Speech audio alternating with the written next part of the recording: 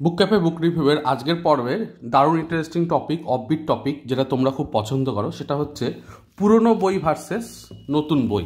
মানে ধরো তুমি পুরনো বই মার্কেটে গেছো, পুরনো বই কিনেছো, সেই পুরনো বইয়ের সুবিধা অসুবিধাগুলো কী কী, আর নতুন বই কিনলেই বা সুবিধা অসুবিধাগুলো কী কী। তো চলো শুরু করা যাক। প্রথমেই বলবো পুরনো বই কেনার সুবিধা। এটা তোমরা ভালো করেই জানো যে পুরনো বইয়ের দাম অনেক কম হয়। এই দেখো প্রেমেন্দ্র মিত্রের ঘনাদা সমগ্র ৩, এইটা তুমি যদি একেবারে শোরুম থেকে কেনো এই বইটার দাম পড়বে ৬০০ টাকা। অথচ আমি পুরনো মার্কেট থেকে কেনার জন্য এই বইটার প্রিন্ট আছে ২০০ টাকা, তার উপর অনেকটাই কমে পেয়েছিলাম। যদি সত্যি কথা বলি তাহলে মাত্র ৮০ টাকায় পেয়েছিলাম, এবং দেখতেই পাচ্ছ কন্ডিশন খুব একটা খারাপ নয়, ভিতরে পেজও কিন্তু হারায়নি, মোটামুটি সবটাই ঠিক আছে।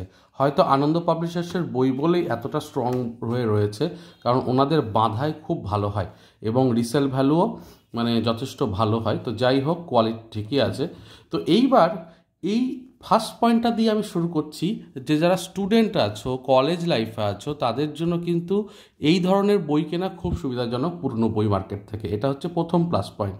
দ্বিতীয় প্লাস পয়েন্ট হচ্ছে পুরনো বই কিনতে গিয়ে হয়তো দেখলে তুমি এমন একটা এডিশন পেয়ে গেলে যে এডিশন এখনও কোনোভাবেই মানে প্রকাশ পায় না, আউট অফ প্রিন্ট। সেই রকম যখন এডিশন পেয়ে যাবে তখন অবশ্যই তোমার মনটা আনন্দে ভরে যাবে। ঠিক যেরকম এই যে সুকুমার রচনাবলী, এক খণ্ডে সমগ্র রচনা, পাত্রজ পাবলিকেশনের, এই বইটি এখন আর প্রকাশিত হয় না।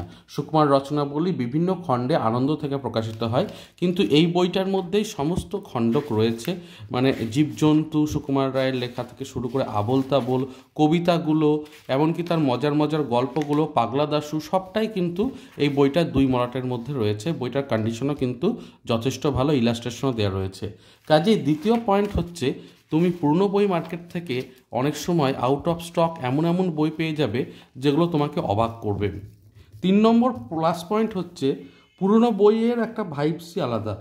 তুমি যখন ভেতরে দেখবে যে এত সুন্দর প্রিন্ট রয়েছে, এত সুন্দর সব কিছু দেখতে কত সুন্দর লাগছে, তো কাজেই তোমার তখন মনে হবে যে এই বইটা আমার জন্য আইডিয়াল। তুমি বুঝতে পারবে কি করে প্রিন্টিংয়ের আস্তে আস্তে ডেভেলপমেন্ট ঘটেছে, এবং এই ধরনের প্রিন্ট থেকে আজকে কম্পিউটার প্রিন্ট যাচ্ছে। এই ইয়েলো পেজ, তার টিন্ট, তার একটা গন্ধ, এবং পুরনো বইকে ডিজাইন কতটা খেটে তৈরি করা হতো, সেই বিষয়টা কিন্তু তুমি দেখতে পাবে। পয়েন্ট নাম্বার 4 হচ্ছে পুরনো বই কিনলে তুমি যেরকম দাম কম পাবে, তার সাথে অবশ্যই এমন কিছু পেয়ে যেতে পারো যেটা এখনকার বইতেও নেই। যেরকম আমি দেখাচ্ছি, এই যে ভেতরে লাস্ট পেজে দেখতে পাচ্ছ যে সুকুমার রায় হর্ষই দীর্ঘগুলোকে নিজের মতো করে লিখেছিলেন বর্ণ পরিচয়ে, এইটা তুমি আনন্দের বইতেও পাবে না। এই বিষয়টা এই বইতে রয়েছে, এটা কিন্তু দারুণভাবেই দুর্লভ বলতে পারি। তো এই বইটার কন্ডিশনও যথেষ্ট ভালো পেয়েছিলাম, এবং ওই ৭০ টাকা ৮০ টাকার মধ্যেই পেয়ে গেছিলাম গোটা রচনাবলীটা, যেটা এখন প্রায় ৮০০ থেকে ১২০০ টাকার মধ্যে তোমার পড়বে সব রচনাবলীগুলো কিনতে। এখানে কিন্তু সবটাই পাওয়া যাচ্ছে। তো এবং বইয়ের ভলিউমটাও বিরাট মোটা নয়, এবং বাঁধাইটা এত সুন্দর যে এখনও পর্যন্ত টিকে রয়েছে। হয়তো তুমি দেখতে পেলে পুরনো বই মার্কেটে গিয়ে ফ্যাক্সিমিলি এডিশন, মানে একদম প্রথম এডিশন যেটা, সেই এডিশনেরই বই পেয়ে গেলে, সেটা হলো তো আরও প্লাস পয়েন্ট। তো এই প্লাস পয়েন্টগুলোর জন্য তুমি অবশ্যই পুরনো বই মার্কেটে যেতে পারো।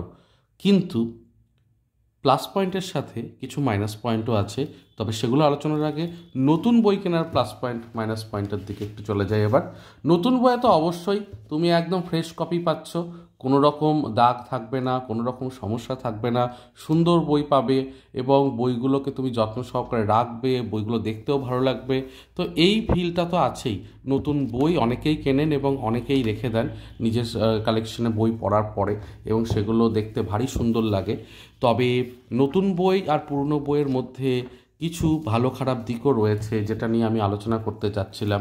সেটা হচ্ছে পুরনো বইয়ের ক্ষেত্রে অনেক সময় তুমি দেখতে পাবে পুরনো বইয়ের ভেতরে দাগ রয়ে গেছে।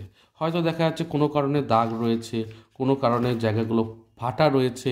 এই সমস্যাগুলো কিন্তু পুরনো বইয়ে দেখতে পাবে। একদম তুমি দারুণ কপি না পেতেও পারো, অনেক জায়গাতে দাগ ইত্যাদি থাকতেই পারে। দ্বিতীয় হচ্ছে নতুন বইয়ের পুরনো বইয়ের ক্ষেত্রে অনেক সময় দেখা যায় ঘুণে ইত্যাদিতে নষ্ট করে দিয়েছে, এবং সেই বই তুমি যখন ব্যবহার করছো অবশ্যই তোমার ভালো লাগছে না এই বই ব্যবহার করতে। আর কি, তুমি যখন র্যাকে রাখছো তখন হয়তো এখানে ঘুণ বা কোনো প্রকার হয়তো ডিম রয়েছে, যেগুলো অবশ্যই আণুবীক্ষণিক তুমি দেখতে পাচ্ছ না, কিন্তু সেই ডিম তুমি যখন পাশাপাশি রাখছো সেইটা পরের বইটাকে অ্যাফেক্ট করছে এবং কিছুদিন মধ্যে এই বইটাও ভালো বইটাও খারাপ হয়ে যাচ্ছে।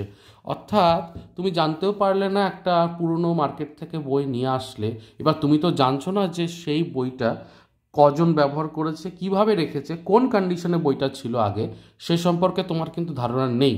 এবার তুমি যখন পাশাপাশি রাখছো তখন অবশ্যই তোমার ক্ষেত্রে এই বইটাও অ্যাফেক্ট হওয়ার সম্ভাবনা বাড়বে, এই বইটাও হয়তো নষ্ট হয়ে যেতে পারে, অল্প দিন টিকে গেল। তো সেই ব্যাপারটাও কিন্তু তোমাকে ভাবতে হয় যে এই পুরনো বই কিনলে সেই বইটা কোন কন্ডিশন থেকে এসছে সেইটা জেনে বুঝে তোমাকে রাখতে হয়। খুব ভালো হয় যদি পুরনো বইগুলোকে একটা আলাদা তাকে রাখা যায়, নতুন বইগুলোকে একটা আলাদা তাকে রাখা যায়, তাহলে আমার মনে হয় যে সব দিক থেকে ভালো হবে। যদিও এই বইটার কন্ডিশন ভালো আছে। এরপরে তৃতীয় যে খারাপ ব্যাপারটা হচ্ছে সেটা হচ্ছে দাম কম হলেও তোমাকে জানতে হবে, যেহেতু পুরনো বই এবং অনেকজন ব্যবহার করেছে বা অনেকবার ব্যবহার করা হয়েছে, বাধায় অনেক সময় খসে যায় বা খুলে আসে, অনেক সময় পেজও নাড়তে চাড়তে গিয়ে খুলে যায়। তো সেই ব্যাপারগুলো কিন্তু তোমাকে মনে রাখতে হবে, এবং পেজ অনেক সময় মিসিংও থাকতে পারে। আবার এই বাইরের ছোপ ছোপ হওয়া এগুলো তো হতেই থাকবে, এগুলো তো কন্ডিশন যত দিন দিন যাবে তত খারাপ হবে।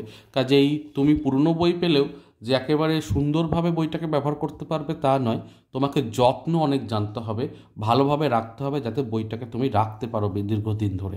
এই একটা কিন্তু অন্যতম বড় পয়েন্ট।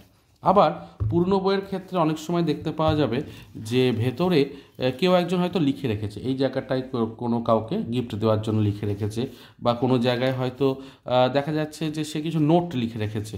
অনেকেই বইয়ে লেখালেখি পছন্দ করে না, সেই ব্যাপারটাও কিন্তু একটা থেকে যায়। তো সেই জিনিস, এই যে এখানে লেখা রয়েছে এটা তো আমি অবশ্যই পছন্দ করব না, কিন্তু রয়েছে, তো সেটাকে মেনে নিতে হবে। তো এই ব্যাপারটা। আর একটা ব্যাপার হলো, অনেক সময় পুরনো বই মার্কেটে এমন এমন বই পাওয়া যায় যেগুলো অনেক সময় হয় পাইরেটেড, মানে বইটা নতুনই লাগছে এবং বইটা সুন্দরও লাগছে, কিন্তু বইটা অ্যাকচুয়ালি পাইরেটেড কপি। এবং এই পাইরেটেড কপি হওয়ার জন্য তুমি যখন নিচ্ছ তখন তুমি কিন্তু বড় ভুল করবে যে একটা পাইরেটেড কপি তুমি কিনে বসে থাকলে। তো কাজেই নতুন বই একটা শোরুম থেকে কেনা, সেটার একটা সুবিধা আছে, তোমার এখানে কোনো পাইরেটেড কপির ব্যাপার নেই, বইয়ের কন্ডিশন ভালো, বইকে তুমি যতবার খুশি ব্যবহার করো, রেখে দাও, বই তুমি গিফট করো, সব রকম, এবং যত্ন কম করতে হবে, যেহেতু নতুন বই কোয়ালিটি এখনও পর্যন্ত যথেষ্ট ভালো থাকবে। কাজেই তোমার বেশি কিছু ঘাঁটতে হবে না, বই একদম কন্ডিশনে থাকবে এবং কোনো সমস্যা করবে না। তো এই সুবিধাগুলো কিন্তু নতুন বইয়ের রয়েছে, এবং এই সুবিধা অসুবিধাগুলো পুরনো বইয়ের রয়েছে। নতুন বই আর পুরনো বই দুটোই কিন্তু একদিক থেকে ভালো, আবার নতুন বই কিছু জায়গা থেকে ভালো, পুরনো কিছু জায়গা থেকে খারাপ, এরকম একটা ব্যাপার। তো আমি ডিসকাস করতে চেষ্টা করলাম আজকে নতুন বই ভার্সেস পুরনো বই। তোমাদের কোন কোন পয়েন্ট ছুটে গেল সেটা অবশ্যই জানাবে, এবং সেই বিষয়ে আমাকে কমেন্ট করবে। নিচে কমেন্ট সেকশনের পাশে হাইপ সেকশন রয়েছে, এরকম যদি তুলনামূলক আলোচনা তোমাদের পছন্দ হয় তাহলে হাইপ করে দিও ভিডিওটাকে, এবং লাইক শেয়ার সাবস্ক্রাইব করো। তাহলে চলো আজকে বিদায় দিচ্ছি, এবং পরের দিন নতুন কোনো এরকম তুলনামূলক ইন্টারেস্টিং টপিক নিয়ে আসবো। চ্যানেলটাকে সাবস্ক্রাইব করে রেখো। তোমাদের বন্ধু রতন সাইন আপ করছি। দেখা হচ্ছে পরে পর্বে। ভালো থেকো, সুস্থ থাকো, বই পড়তে থেকো। ধন্যবাদ।